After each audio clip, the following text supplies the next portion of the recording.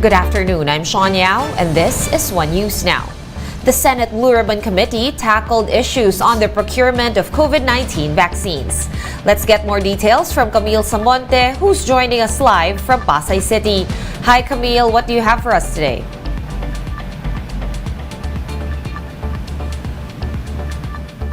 Sean, some cabinet members of former President Rodrigo Duterte have clarified that the COVID-19 vaccine procurement is not exempted from special auditing. This after the Commission on Audit earlier said that the Department of Health invoked non-disclosure agreements to keep the documents related to the purchase of jabs out of the hands of state auditors.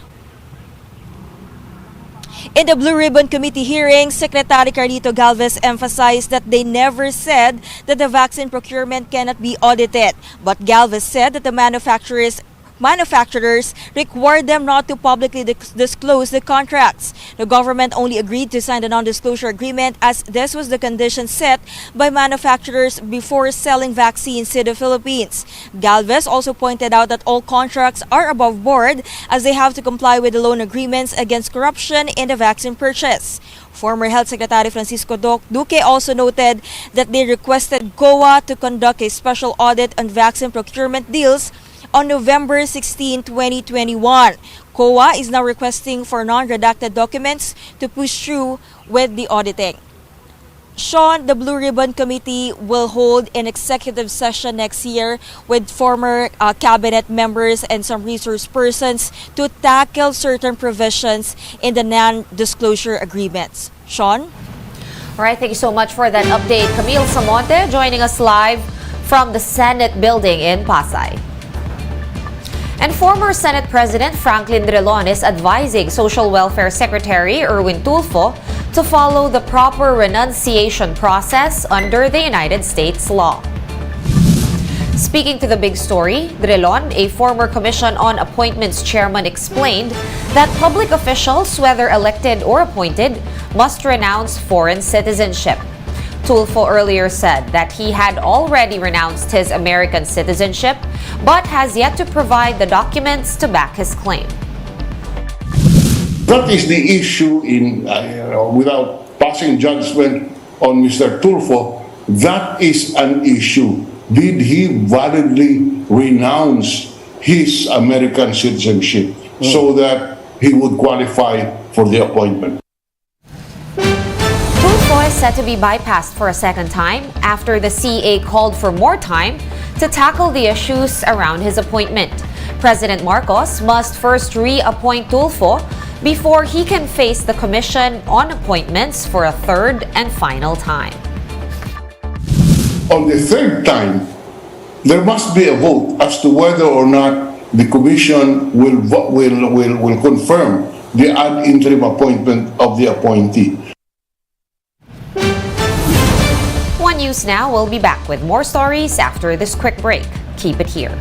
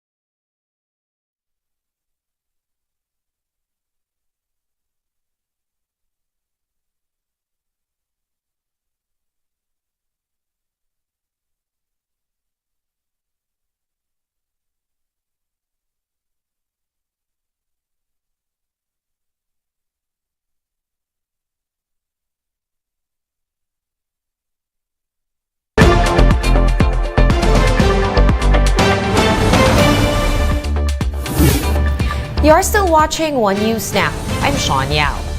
The Health Department says that the use of contraceptives increased significantly since the enactment of the Reproductive Health Law. JC Cosico with the details.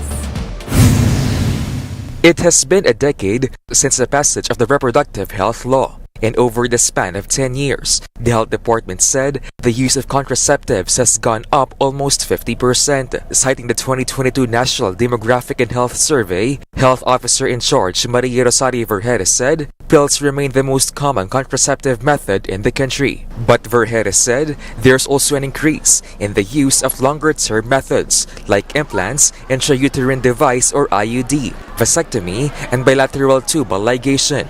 Since na-enact ang 2012 na law, tumaas ng husto na yung contraceptive prevalence rate natin by as much as almost 50%. Na dati, nung 2012, it was just around 20+%. And that is a big accomplishment. However, the COVID-19 pandemic affected the rollout of services, resulting in more maternal deaths and teenage pregnancies. Binalik niya tayo dun sa challenge natin prior to the enactment of the law. Kasi napababa na natin lahat yan during the time that we were implementing.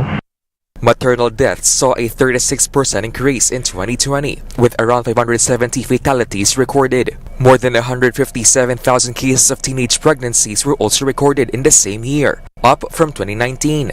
The DOH also saw a 45% drop in HIV testing from 2019 to 2020. With this, the Health Department admits that much more has to be done, especially with the implementation of RH programs in communities.